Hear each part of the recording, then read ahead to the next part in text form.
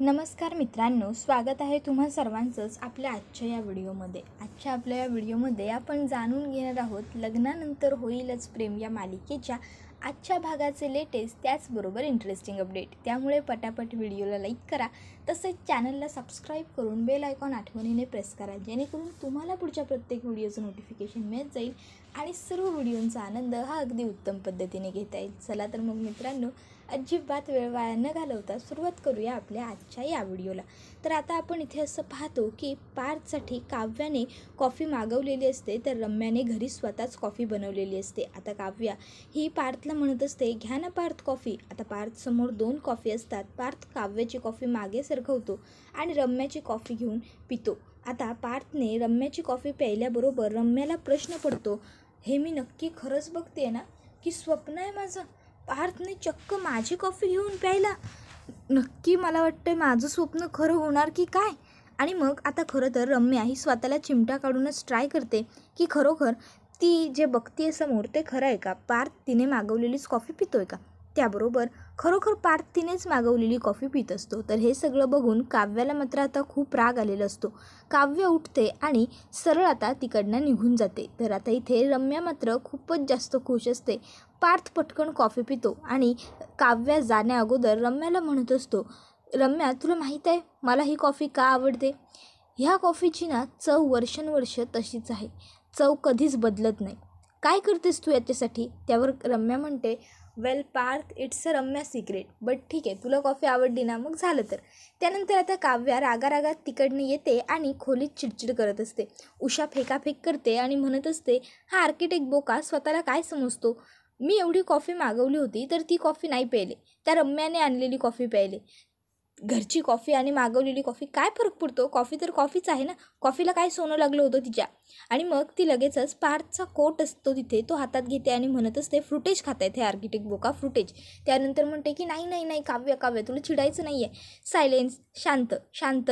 मग लगेचच ती म्हणायला लागते, 9 10 10 9 8 7 6 5 4 3 इतके ती उलटे अंक मोजते आणि 3 म्हणाल्याच्या नंतर तिला आठवतं की पार्थने तिला सांगितलं होतं, जेव्हा तू चिडली असशील त्यावेळेस मनातल्या मनात 1 ते 10 उलटे अंक मोजायचे, मग बघ तुझा राग आपोआप जाईल.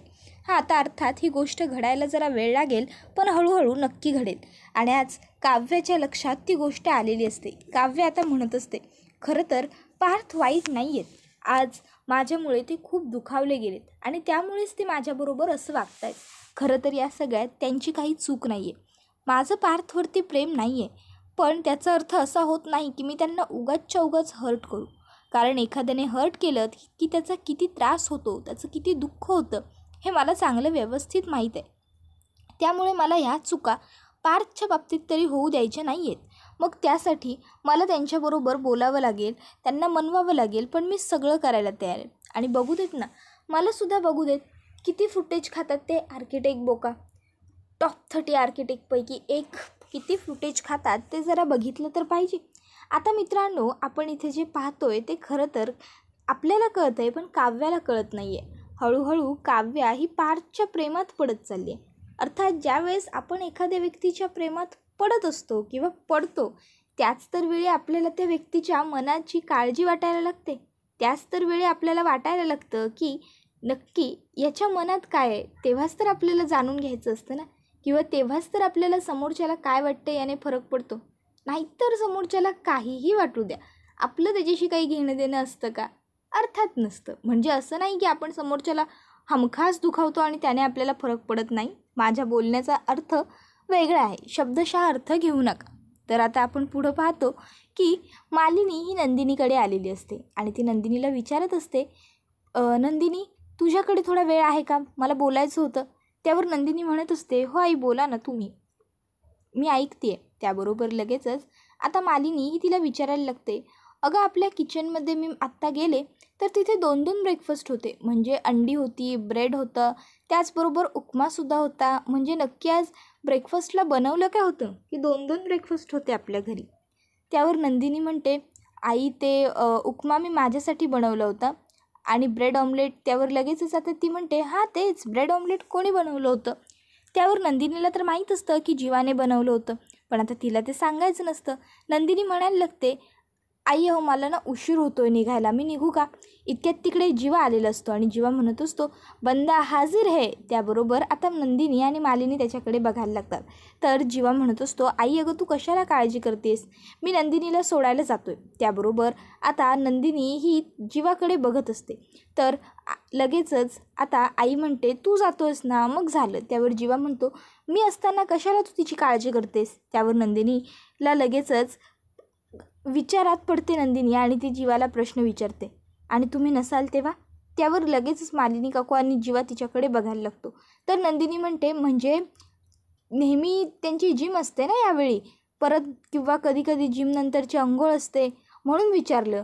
जर तसं काही असेल तर, आणि आज नका येऊ तुम्ही मला सोडायला. इतक्यात नंदिनीच्या फोनवर तिच्या मैत्रिणीचा फोन येतो. ती म्हणत असते, आज ना मला काम आहे, मला लवकर जायचं आहे. त्यावर जीवा म्हणतो, अहो मी तुमच्याच आनंद निवासच्या बाजूला जिम घेतली आहे मॅडम, त्यामुळे आता काही प्रॉब्लेम नाही आहे, आता मी तुम्हाला रोज पिकअप अँड ड्रॉप करू शकतो. त्यावर नंदिनी म्हणत असते, नाही हो, पण काय आहे ना, आज मला महत्त्वाचं काम आहे, मला जरा आधी पोलीस स्टेशनमध्ये जायचं आहे, त्यानंतर कोर्टात जायचं आहे, त्यानंतर वेगळं जरा काम आहे माझं, त्यामुळे उगाच तुम्हाला लांब पडेल ते, आणि मला माझ्या मैत्रिणीला एका घेऊन जायचं आहे, त्यामुळे ती आली आहे बाहेर तर आम्ही निघतो. आई येते आम्ही, मला उशीर होतोय, असं बोलून ती तिकडनं निघून जाते. आता इथे नंदिनी गेल्यावर लगेचच जीवाला आई विचारते, काय रे जीवा, तुझं आणि नंदिनीचं काही भांडण वगैरे झालं आहे का? त्यावर जीवा म्हणतो, भांडण? अगं नाही गाई, असं काही नाही आहे, तू उगाच टेन्शन घेऊ नकोस हा या सगळ्या गोष्टींचा. त्यावर आई म्हणते, नक्की ना? त्यावर जीवा म्हणतो, हो गाई, आम्ही कशाला बरं भांडू. मग लगेचच आता जीवा म्हणतो, बरं चल मी आहे माझ्या खोलीत. त्यावर आई जीवाला म्हणते, असा कसा आहेस रे तू जीवा, आता जिमला जात होतास ना, आणि आता म्हणतोयस की खाली आहे म्हणून. बघ बरं बघ, एक गोष्ट धड ठरवत नाहीस ना तू.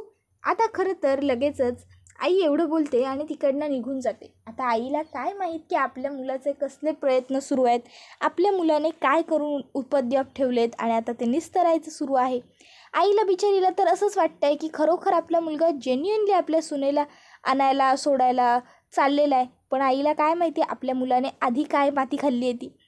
अर्थात हळूहळू मालिनी काकूंना सगळं खरं तर कळणारच, कारण शेवटी आई ही आई असते आणि आईपासून फार काळ काहीच गोष्टी लपून राहत नाही. तुम्हाला माझ्या या मताबद्दल काय वाटतं? खरं आहे की नाही? आईपासून आपण कितीही गोष्टी लपवण्याचा प्रयत्न केला तरी शेवटी आईला जे कळायचं आणि आईला जे ओळखायचं ते बरोबर कळतंच आणि ओळखताही येतंच. म्हणजे बहुतांश तरी असं होतं. तुम्हाला काय वाटतं? तुमचं मत आम्हाला कमेंटमध्ये सांगा. तर आता आपल्या इथे जीवा देशमुख, दी ग्रेट जीवा देशमुख, जो कधीच हार मानत नाही, त्याच्यासमोर आज पहिल्यांदा हार आलेली असते आणि जीवा देशमुखला काही हे सहन होत नाही आहे की आपल्यासमोर हार आली आहे. त्यामुळे आता जीवा काय करणार हे पाहणं खूप इंटरेस्टिंग असेल. चला तर मग आता जाणून घेऊया पुढे जीवा काय करणार. तर आता आपला जीवा म्हणत असतो, जीवा देशमुख, नंदिनी खूप हर्ट झाली आहे यार तुझ्यामुळे, पण नाही, काहीही झालं तरी नंदिनीला मला मनवायचंच आहे. तिच्या चेहऱ्यावरची ती स्माईल मला परत आणायची आहे.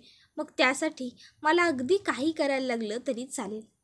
आयडिया, नंदिनीसाठी संध्याकाळी एक मस्त सरप्राईज गिफ्ट असेल. नंदिनी, आता जरी तुझा मूड छान नसेल ना तरीसुद्धा तू बघ, संध्याकाळपर्यंत नक्की तुझा मूड मी छान करून दाखवेन. तर दुसरीकडे काव्या ही आता म्हणत असते, आर्किटेक्ट बोका खरोखर चांगला आहे, म्हणजे आत्ता जरी वाईट वागत असले ना तरी खरोखर मनाने पार्थ खूप चांगले आहेत, माझ्याबरोबर किती चांगलं वागतात, माझी किती काळजी करतात. आता खरं तर मित्रांनो, काव्या ही पार्थची स्तुती करत असते आणि तिलाच कळत नसतं की ती पार्थची स्तुती करते. तर आता दुसरीकडे ऑफिसमध्ये पार्थ हा स्टाफला सांगत असतो, हे बघा, त्या सगळ्या फाईल्स तुम्ही रेडी करून ठेवा आणि प्रेझेंटेशन्सही बघा, कारण काय आहे ना, आता लंच नंतर आपली मीटिंग आहे आणि मीटिंगमध्ये मला अजिबातच गोंधळ गडबड काहीच नको आहे. आपली मीटिंग आणि आपले क्लायंट सगळ्यांचं सगळं व्यवस्थित असलं पाहिजे, कळलं? त्यावर स्टाफ होकार देतो आणि तिकडनं निघतो. त्यानंतर आता त्या ठिकाणी पिहून आलेला असतो. पिहून रम्याला म्हणतो, मॅडम तुम्ही हे जे पार्सल मागवलं होतं तेही आणलं आहे आणि त्याचबरोबर मी ह्या फाईल्सही आणल्यात तुमच्या. रम्या त्या फाईल्स हातात घेते आणि तिथे पार्थच्या टेबलवरती ठेवते. आता पार्थ त्या फाईल बघतो आणि त्याला काव्याची आठवण यायला लागते. तर रम्या ही आत्ता त्या पिऊनला सांगत असते, एक काम कराल, पटकन ते सर्व करा. त्याबरोबर तो होकार देतो आणि ते असतं फ्रूट सलाड. आता रम्या लगेचच पार्थला म्हणत असते, पार्थ, अरे आपल्या घरून आपल्या दोघांसाठी डबे आलेत खरे, पण त्याच्यामध्ये काही गोड नाही आहे, म्हणून मग मी तुझ्यासाठी हे फ्रूट सलाड स्पेशली मागवलं. आता मला तर डाएटवर आहे मी, त्यामुळे काही गोड खायचं नाही आहे, पण तुझ्यासाठी हे घे. त्याबरोबर पार्थला आता काव्याची आठवण यायला लागते.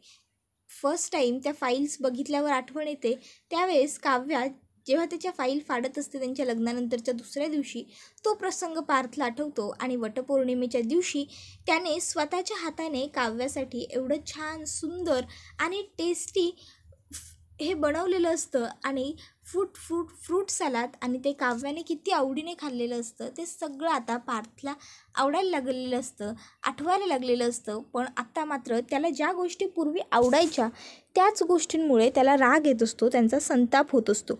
आणि आता पार्थ पटकन उठतो आणि रम्यावर जोरात ओरडतो, ओ शट अप रम्या, तुला कोणी सांगितलं होतं हा नसता आगाऊपणा करायला? कशाला मागितलंस हे फ्रूट सलाड आणि वगैरे काय पण? मला फ्रूट सलाड अजिबात आवडत नाही. आणि तुम्ही कशाला आणून ठेवल्यात इथे या 10 फाईल एवढ्या? हे ऑफिस आहे, फाईल्स कामासाठी वापरल्या जातात, फाडण्यासाठी नाही, समजलं? त्याबरोबर आता तो पिऊन म्हणत असतो, सर मी. त्याबरोबर पार्थ म्हणतो, काय सर मी? ताबडतोब चालते बा इकडनं, चला निघा लवकर. त्याबरोबर आता लगेचच तो पिऊन निघतो आणि जातो. बिचाऱ्याला थोडं वाईटच वाटतं. तर आता रम्या ही पार्थला म्हणत असते, पार्थ रे बस इथे, ये. मग आता पार्थ खुर्चीत डोक्याला हात लावून बसतो. 2 मिनटं शांत डोक्याला हात लावून बसल्याच्या नंतर पार्थच्या लक्षात येतं की अरे आपण खूप गोंधळ घातला, आपण उगाच चिडचिड केली, फाईल्स खाली फेकल्या, रम्यालाही ओरडलो. मग पार्थ लगेचच रम्याकडे बघतो. रम्या त्याला पाणी देते. पार्थ पाणी पिऊन शांत होतो आणि रम्याला म्हणत असतो, रम्या आय एम एक्स्ट्रीमली सॉरी, खरंच सॉरी, माझं खूप चुकलं. मी तुझ्यावर एवढं ओरडून बोलायला नको होतं, खरंच राग दुसरीकडचा होता आणि निघाला मात्र तो तुझ्यावर, खरंच सॉरी. त्यावर रम्या म्हणते, okay it's okay Parth, no issue. होतं कधीतरी असं, निघतो कुठला तरी राग कुठलीकडे तरी, काही हरकत नाही. तू माझ्यावरती रागवलास किंवा मला ओरडलास, मला या गोष्टीचं दुःख नाही आहे. मला आश्चर्य या गोष्टीचं वाटतं आहे की तू ओरडलास. काही झालं आहे का पार्थ? नाही म्हणजे आय एम व्हेरी सॉरी. तुला असं वाटू शकतं की मी तुझी पर्सनल स्पेस डिस्टर्ब करते, पण खरोखर तसं काही नाही आहे. मला काळजी वाटते तुझी, म्हणून मी जेन्युइनली विचारते. तू फक्त सांग मला, तुझं आणि काव्याचं म्हणजे तुम्हा दोघांचं काही बिनसलं आहे का? काही भांडण वगैरे झालं आहे का? त्यावर पार्थ म्हणतो, नाही असं काही नाही आहे, आमचं सगळं व्यवस्थित आहे. आता मित्रांनो, पार्थ काव्यावर कितीही रागवलं असला ना तरीसुद्धा काव्याची बायको म्हणून बाजू घेणं तो काही सोडत नाही, कारण अजूनही ते त्याचं कर्तव्य आहे, काव्य त्याची जबाबदारी आहे. तर आता आपण पुढे पाहतो की इथे लगेचच पार्थ म्हणायला लागतो की मी त्या पिऊन दादांनाही उगाच ओरडलो, मी त्यांना सॉरी म्हणायला हवं, मी आलोच. आणि मग आता पार्थ हा पिऊनला सॉरी म्हणण्यासाठी तिकडनं निघून जातो. तर आता इथे रम्या विचार करत असते की नक्कीच पार्थमध्ये आणि काव्यामध्ये काहीतरी घडलं आहे, नाहीतर त्याचं एवढं फ्रस्ट्रेशन निघणार नाही.